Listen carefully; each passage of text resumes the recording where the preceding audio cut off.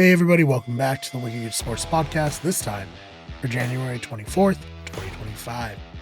Jam-packed show for you. We're going to start off with a little bit of discussion about the Jets having a new coach. Then unfortunately we'll do a Miami Minute where we talk about Tyreek potentially being traded. That's what I'm hearing. Those are the rumors. And of course we'll have Chris Uminski come in to talk a little bit about hockey. You don't want to miss it. So without further ado, let's jump into it.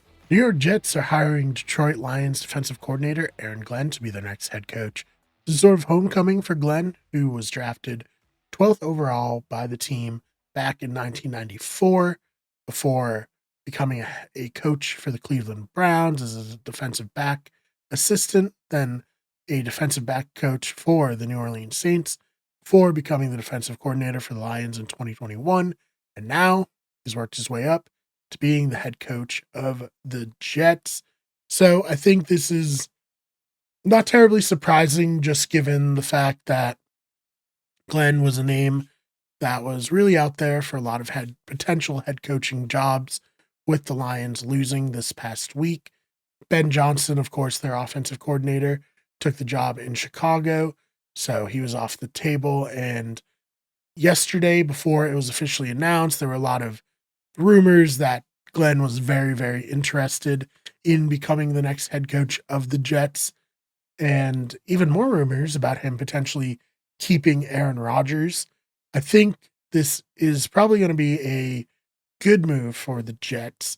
Not as flashy as perhaps Ben Johnson was, but the team's not necessarily in a win now mode, but you do have to figure out a lot, given the fact that they kind of went all in with Aaron Rodgers the last few years, and then that didn't really work out as well as they wanted it to. But I will say Aaron Rodgers didn't play as bad as the record necessarily indicated, and I think if you want to come in and kind of get everything established, having a veteran quarterback could be a good move. Granted, Aaron Rodgers is a very,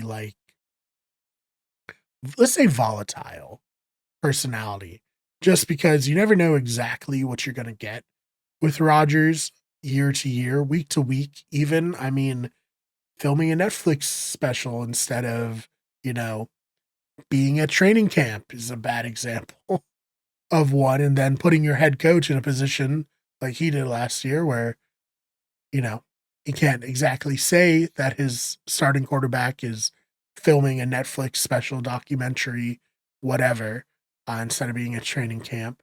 But if Glenn thinks that this will be the best option, then, probably went into his hiring, right?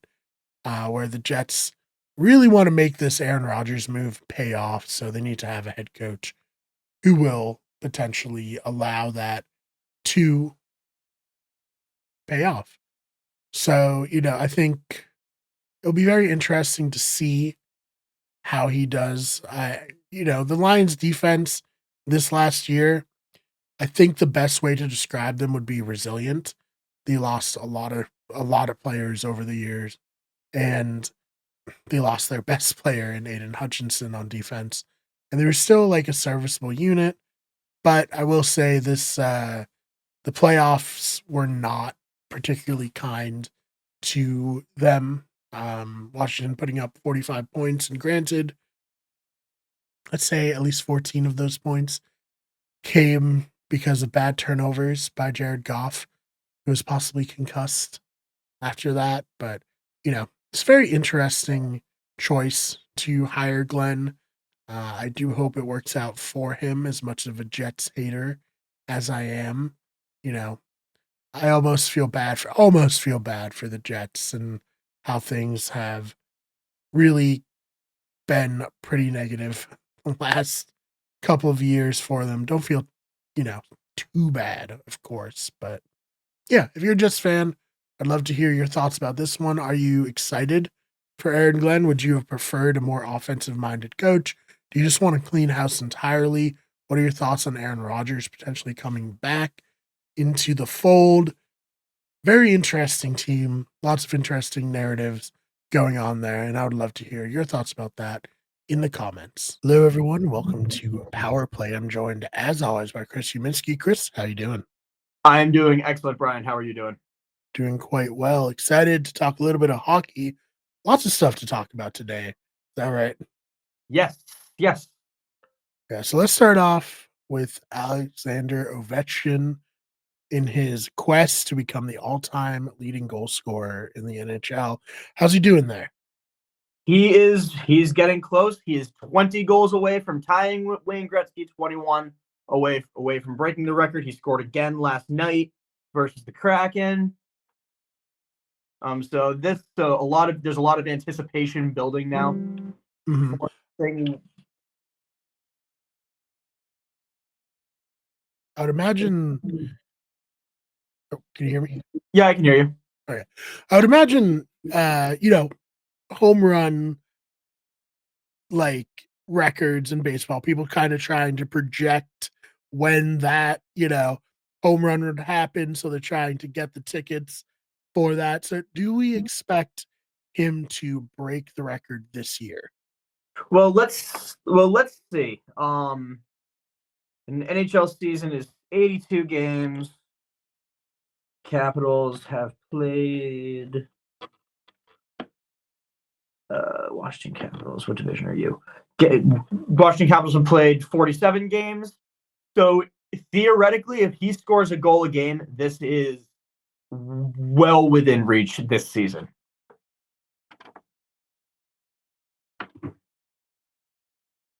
I think you're muted. Muted. Yeah, sorry. So we might see it happen this year. How is he like stacked up in terms of, he's a bit older now, but in terms of his goal scoring ability so far this season? Well, what's amazing about how Alex Ovechkin has come this far is because he's not a particularly he's like Tom Brady. He's not a particularly athletic player. Like he's Right. not somebody that's going to go and deke around you or try to pull some sort of a move on you. There's a spot on the ice. Like if you're looking at the goal, it's to the left, like in that face-off circle. It's called Ovi's office. He just posts up there. Somebody passes it to him. He just one times it in. Right.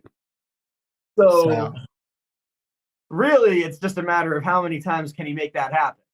Which, as long as he's been playing in the NHL, nobody has been able to just stop him from doing that. Yeah, I think it'd be simple. It's like, well, he just wants to score from there. Just gotta defend that one part, but not so simple. Yeah, which is what makes him such a different kind of goal scorer than somebody like Wayne Gretzky was. Wayne Gretzky was a big playmaker, would do those big moves, deke around you, go through the 5 holes, and things like that. Alex Ovechkin plays more mentally. He plays a smarter game. Right. Yeah, very much like Tom Brady in that way, where it's like he's not gonna, he's not. You look at the NFL playoff quarterbacks right now: Josh Allen, Patrick Mahomes, Jalen Hurts, Jaden Daniels. They're all mobile, athletic, like freaks of nature. Tom Brady was never that. Yeah. If Tom Brady ran the ball, you were praying for your life that he didn't get hurt. Yep. Or that he would at least maybe. Yeah. Oh man. All right. Well, from one legend of the game to an up and comer, let's talk about the suspension for the new star here, Chris. Take it away. Yeah, so probably the biggest star in the NHL right now is Connor McDavid. And he, as the NHL operates like any other league, they like to protect their stars. They keep them from getting in trouble. Connor McDavid was just suspended 3 games. For long story short, cross-checking somebody in the face. Yeah. So I saw the clip on Twitter and I was like, looks bad to me. It looks like something you shouldn't do. But I'd love to get your expert opinion on that. Yeah. So first, I'm surprised to even see a player like Connor McDavid do anything like that because that's not really in character for him. Sorry, fixing my camera. But to see him do that, I wonder if as he's aged, as he's become more of a veteran, he's not afraid to become more aggressive. He already knows he's a future Hall of Famer. He hasn't. This is like really the last thing that he has to prove is that he can play aggressively. I don't know how much that comes into it, but it's just surprising to A, see him play like that, and then B, have the league react the way that they did. Mm-hmm. Do you think it's appropriate, like take the star status out of it? Would like a random player get a 3-game suspension for this? Yes, and I think that's the most surprising part. Yeah. He's not getting treated with the superstar gloves right now. Yeah, which you know what? That's a breath of fresh air. Yeah, I agree. I think it's always good when it's like it doesn't matter who it is, you still gotta suspend them, Yeah. Yeah, I mean, very interesting. I guess it goes like to show a little bit like, he's sticking up for himself, which is good. Sometimes star players are not, especially in the NHL, they're not gonna necessarily get into situations like this where, they're probably gonna have to fight and potentially get injured. And I mean, as a coach and fan, probably you don't want him to be mixing it up like this. But I mean, as a hockey guy, do you have a little bit of respect for him getting out there and getting after it like that? You know what? I already liked Connor McDavid. I think it is a travesty that he doesn't have a Stanley Cup and probably will never get one if he stays with the Oilers. Right. But so I did not lose any respect for him for this. He messed up. He's taken his lumps, and that's that. Yeah. So just an interesting story. I think like anytime a superstar, I'd be like Patrick Mahomes getting suspended for, unnecessary roughness. He'd be like, oh, what? Like, that's crazy. He's a guy. Yeah. I don't think that would actually happen in the NFL, to be honest. But Patrick Mahomes would have to do something extremely egregious to get suspended. Yeah, that's. I don't even want to talk about how the NFL treats Patrick Mahomes. Yeah, I talked about it already on an earlier episode this week, but yeah, kids' gloves for sure. There, just the egregiousness of it. Oh man! All right, well, how are the Bruins doing? So last time we talked, bad vibes for the Bruins, but things have gotten a little better, I hear. We're definitely on an upswing. We did have a somewhat of a break for the last week. We're still 6th in the Atlantic, which isn't ideal. But I'm hoping that we're on an upswing right now. We won a very good game against Tampa the other night. Jeremy Swayman's looking a little bit better. And that's things do seem to be on the upswing. The Tampa game was a really good one. What happened in that one? That one. So first, final score was 6-2 Bruins, which is the exact kind of thing I like to see. Yeah, very nice. It seems like the last few games, 6 goals against the Lightning, 6 goals against the Senators, 6 on the Sharks. Those, like, that's the kind of goal scoring that I expect from this team, especially with like such offensive powerhouses like Brad Marchand and David Pastrnak, and frankly Elias Lindholm. Man, he's been. I had a lot of high hopes for this guy, but I don't know. Yeah. So I guess just gonna hope that they can continue to capitalize on this and score at this clip. Because they're gonna need to, right? Like this season isn't quite out of reach yet, but we'll see. Yeah. We did get a reunion of sorts between Jeremy Swayman and Linus Ullmark the other night on Saturday versus the Senators. There were some good moments there. Linus Ullmark's kids had a sign that said Uncle Sway. Love that. By the Bruins. Oh yeah, you'll love to see that. Yeah. Did they hug? They did not hug. That's disappointing. People would have liked that, I feel like. Yeah, before the game, they went out and hugged. It's like, You oh, know, I'm gonna go hug the opposing goalie. that was like their thing, right? Like that was like I I don't know. know. It's like bring it back to football. Jeff Saturday retiring. He was on the Packers. He spent his whole career with the Colts. And Peyton Manning. And Peyton Manning was on the Broncos.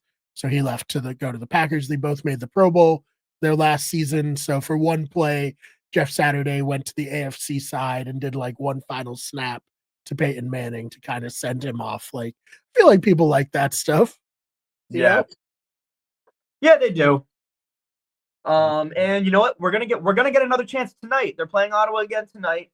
Yeah, And this is an important game too, because right now we're in a three-way tie for a wild card spot with Ottawa and Montreal. right. So not the kind of place you want to be. In Montreal right now has that spot. Yep. Based on games won. So I would like to see that again, but maybe something feel good. Maybe we'll get another reunion of sorts like that. Yeah, we'll just have to wait and see. I mean, so this will come out the day after. So in the comments, you all let us know. Did they hug? Did they not? Excited to Would hear you about like it. to see it? Did you hate it when it Yeah, happened? exactly. Am I wrong? Am I totally off base thinking people would like that? Let us know. You know what? I would like it. Yeah, Chris would like it. So come on, I'm a guys. sucker for stuff like that. Yeah, me too. Me too. Oh man. Was there anything else you wanted to cover before we get on out of here for this segment? Nope. I think that's it. All right. Anything you We're want to all plug? set. Yes. So in addition to this, I am in a band as well. We have shows Yes. coming up. This uh Today is Thursday, so Friday when this comes up, we are at the Kodo in Lowell tonight. And then on February 15th, we are in Worcester at the Hotel Vernon, and on February All right. 1st, Worcester again at the Raven. Oh, all right. Hey, not that I do stand up anymore, but first stand up I ever did was the Raven. And it was Yeah. the music mic, and they were like, "You want to do stand? I don't understand. You want to do stand up?" And I was like, "I mean, there's no other mics in this city at this time, so yes." So yeah, go check. It's a great little club. I really I like like the the Raven. Raven. I think that shows all ages too, so bring your kid. Great, yeah, great kid. All right, Chris. Well, thank you so much for your time today. Everybody, welcome to Miami Minute, where we cover my favorite team, the Miami Dolphins. And this off season has been interesting to say the least, especially with Tyreek Hill after the game, week 18, saying that he's out of here and then being caught on camera, quitting on the team. It now has come out. There's a rumor circulating that he might be traded, not only traded, but traded within the division to the New England Patriots. ESPN's Jeremy Fowler reported that one veteran NFC personnel man told him that he believes New England will trade for Tyreek Hill and that they can get him for a day 2 pick. So that would be very surprising given the fact that Tyreek Hill would leave a lot of dead cap if he was traded.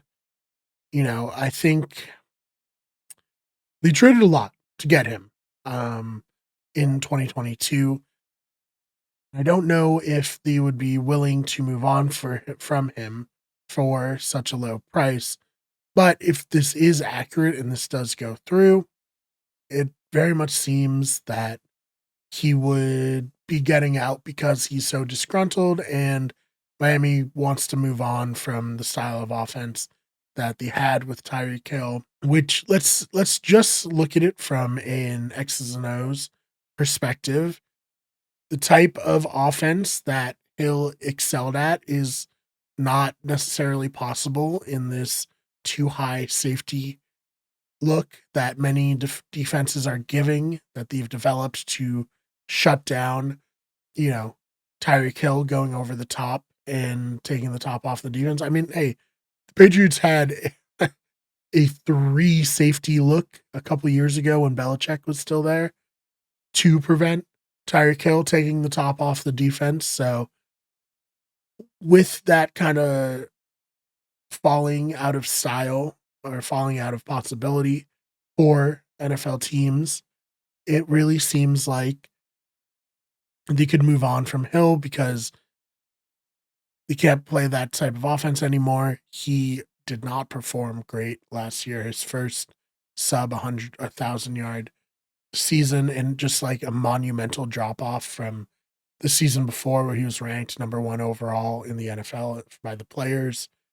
And I think that this would be the time for a potential trade partner to come in and scoop him up. But, I think there's a lot of issues with that.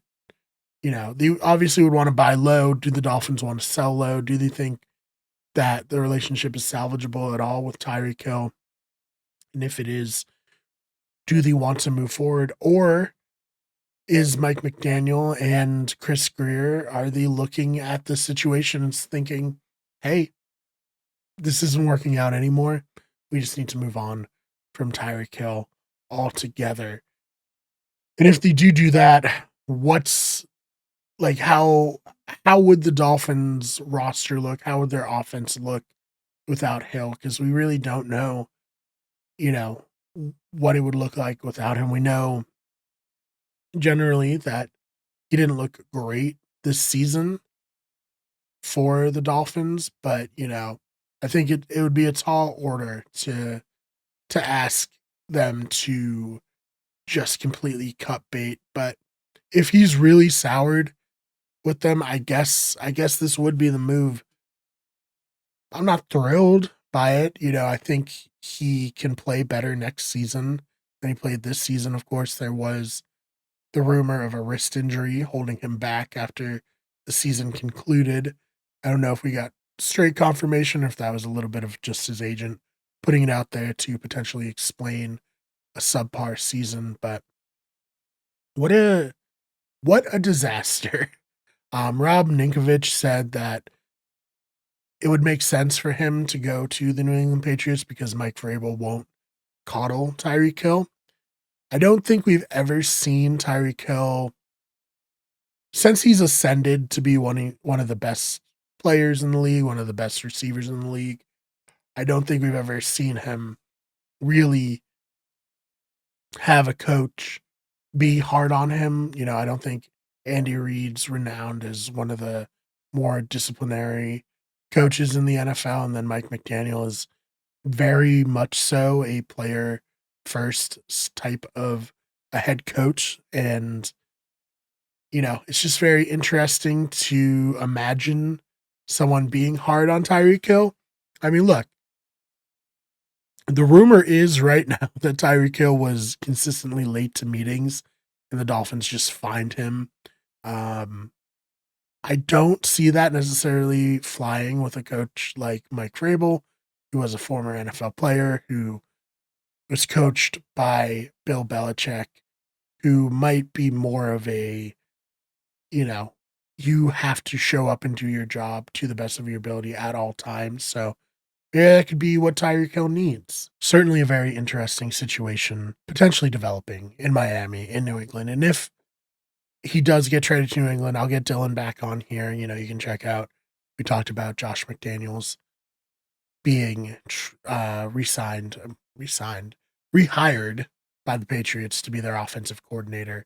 And we'll, of course, have much to cover here if this does go through. But, just wanted to get a kind of finger on the pulse of my fellow Dolphins fans. Is this something you want? Are you completely tired of Tyreek Hill?